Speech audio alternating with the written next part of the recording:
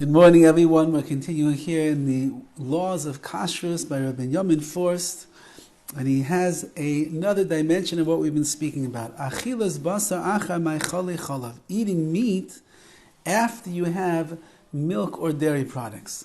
Kol shenizbar l'maylo hulinyan achilas ma'chali chalav la'achar basar. Everything that we've been discussing about so far is always talking about eating dairy products or milk after you've eaten meat. That's when a person has to wait. And that's when a person has all these shilas that we spoke about before. However, what about eating meat after you had milk? You do not have to wait 6 hours between milk and meat. Therefore, someone who ate soft cheese, they want to eat meat afterwards. So you had your yogurt for breakfast, and you ended up having a late day, and the next thing you know, they're serving you a hamburger. You want to eat the hamburger. What are you allowed to do? If you're eating cheese, you need to wash your hands, because the oils and the fats of the cheese will stick to your hands, so you have to wash off your hands. You have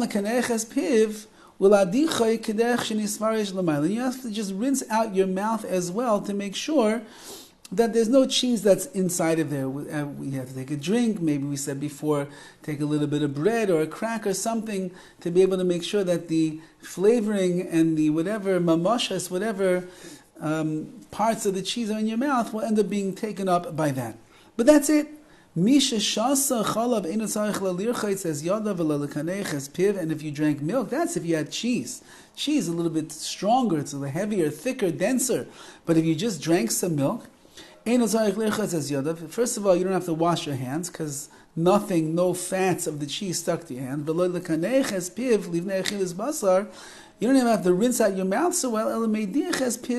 Just, you don't have to do the whole thing with the bread and this and that. Just rinse out the mouth a little bit, take a swig of water or something like that. That's going to be good enough. That's enough, says Rav Forst. There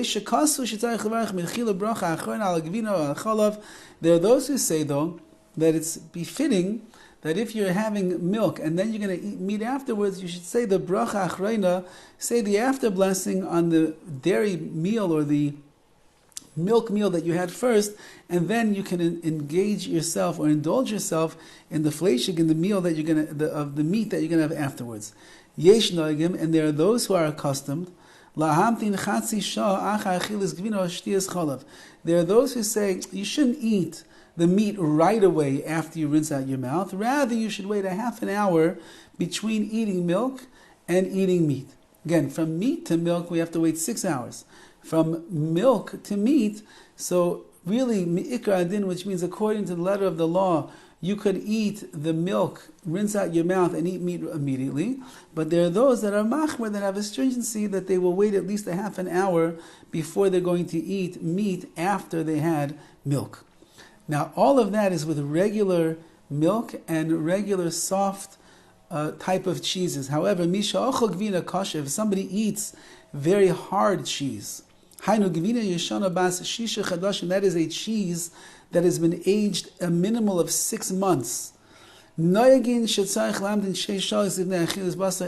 case, the custom is to wait 6 hours between the milk or between the cheese and the meat that you want to eat afterwards. Because that particular cheese that has been aged for 6 months has a very strong flavor that lingers in the mouth. It's almost like the same halachas of meat apply to it. It sticks into your teeth, the flavoring lingers in your mouth, the shamnunis, the fats and the like are there in your esophagus, and therefore, if you put meat in your mouth right afterwards, it would be a combination of milk and meat. V'nisha b'pezman rav, it remains in the mouth for a long time, as we are saying. And also, as we said, it could end up sticking to your teeth. Roiv hagvinois hanimsois kayoim, most of the cheeses that you will find in the store today, eina michal gvina kosher, they're not really included in the category of hard cheese.